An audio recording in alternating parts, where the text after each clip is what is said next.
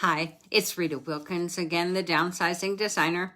I started my Facebook Live a little while ago and had a really bad internet connection. So I'm back home now, and I'd like to talk to you a little bit about if you are a baby boomer, if you're turning 60 or so, does the amount of stuff that you own scare you? And if not, it should.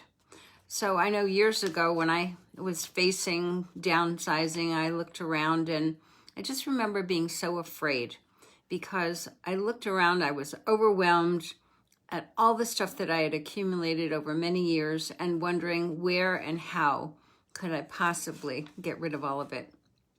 So if your bookshelves and your cabinets are filled with books, knickknacks, tchotchkes, boxes of photos and photo albums, and if your closets are filled to the brim with clothes that maybe you haven't even worn in many years, and if your basement or your attic, you have boxes that you may not have even opened since the last time you moved, or you don't even know what's inside of them. So it is scary to think about just how much stuff that you own, and it's also just as scary to think about how much it's going to take to sort through all of those things. So if this sounds like you, I just want you to know you're not alone. I was there, and every day of my life, I talk to people who are in that same boat. So it's only natural that as we get a little bit older, as we turn 60, or maybe you're a little bit older than that, we start to think more seriously about decluttering, about downsizing, and about retirement. And you realize that it's finally time to start getting rid of the things that you've accumulated that you no longer want, need, or will use. So you also start to realize that the time and effort that it takes right now to take care of all of that stuff. So that's when a simpler, less cluttered, more manageable life starts to look really appealing. So, and also as you begin to realize the mammoth undertaking that you have in front of you, that's pretty scary. But there's good news. And the good news is that it's not too late to start. But what is important is that you do get started. So by taking control of your stuff and your life sooner than later, you'll immediately begin to experience a new lease on life, a decluttered life, which is there's more freedom, there's more flexibility, more mobility, and as I like to say, less responsibility. There's less stress, there's less frustration, and there's less anxiety. So that's what a clutter-free lifestyle is like. So in addition to providing you with more peace of mind, it's also important because it lifts the burden off of our children or off of our heirs to have to deal with all of this stuff when we're gone. As a matter of fact, that's something I talk about almost every day, and that's almost like a responsibility that I feel as a baby boomer to start getting rid of stuff so our kids or our heirs don't have to take care of it. So how do you know when you have too much stuff?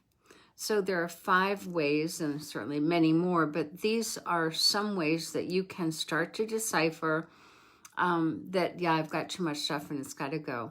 So the first one is everywhere you look, there's clutter. So it's the countertops, it's the cabinets, the closets, the drawers. You open them up and there's just clutter everywhere. So that would be one way to realize I've got way too much stuff and something's got to go. The second one is you can't find what you need when you need it. So how many of us have done that? And we're looking all over the house for the keys, the glasses, the wallet, whatever.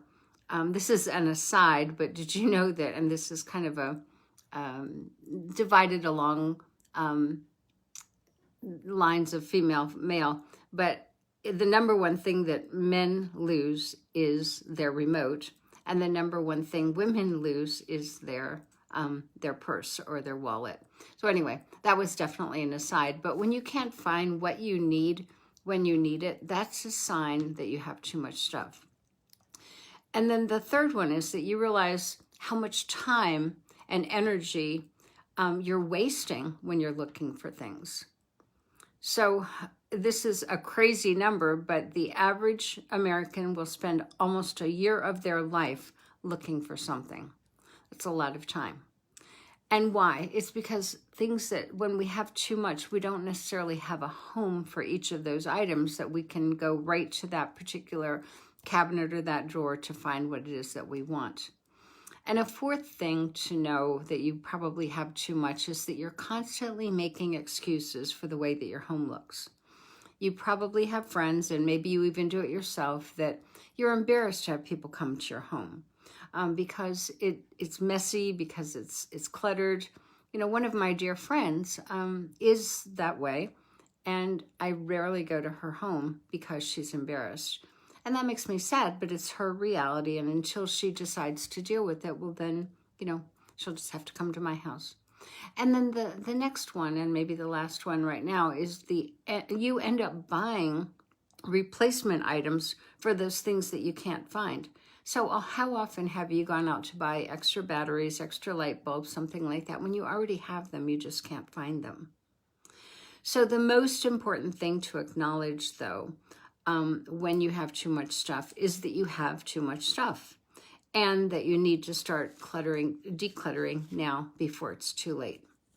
So to help you get started, I just want to announce that next week I'm launching an online course that I've been working on all summer. It's called 8 Proven Methods to Start Decluttering. And these methods are ones that I've used myself. I have my favorites, of course. But when you find a decluttering method that works for you, and it becomes a habit, then clutter is no longer a big issue in your life. So if you'd like to be notified when the course is launched, then just reach out to me. Contact me at ritawilkins@ritawilkins.com. And in the subject line, just put, you want to know about the course. So we'll also be advertising it on Facebook and all of our social media. So I created this course specifically for people that are wanting to declutter, wanting to downsize, and they don't know how. And so when you know a decluttering method that works well for you, I would strongly suggest you embrace it. You use it every single day. And if you do take the course, and I'll be talking about it a lot more, it's amazing how it changes your life. So I hope that this helps you. And so rather than being scared about how much stuff that you have, just take action and start decluttering even today. One closet, one drawer at a time. Have a good night.